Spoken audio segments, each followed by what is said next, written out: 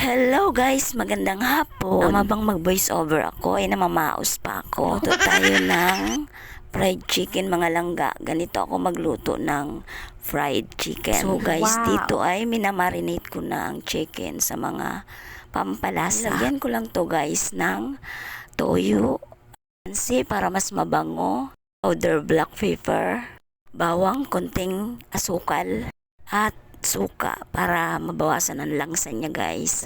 At ibabad lang natin siya ng 20 to 30 minutes guys. Then kumuha ako ng isang sachet ng crispy fry bawang flavor. Lagyan ko ng konting harina at pinaikot-ikot ko lang doon ang manok bago iprito. Hindi ko na to dinaan sa itlog guys kasi ang iba bago isawsaw sa harina or crispy fry ay isawsaw muna nila sa binating itlog. Ayaw ko kasi mas magastos. Depende lang naman sa inyo guys kung isawsaw nyo muna sa itlog bago isawsaw sa crispy pie o harina. Nagtitipid kasi ako ngayon. So ayan na guys, yung unang salang ko kanina ay medyo malapit ng maluto.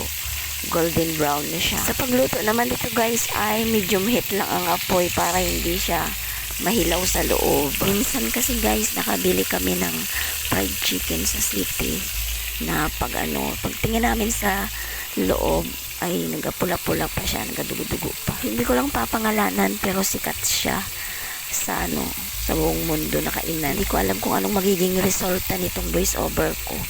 Hinihingal pa ako parang ewan. At matapos ang halos kalahating oras ay eto na nga siya guys, luto na. Wow! Yan lang muna nga mga langga. Kakain na kami. Ayun na bahala sa sausawan. Pwede ring ketchup, pwede ring tuyo na may kalamansi at sili. Thank you for watching. Bye!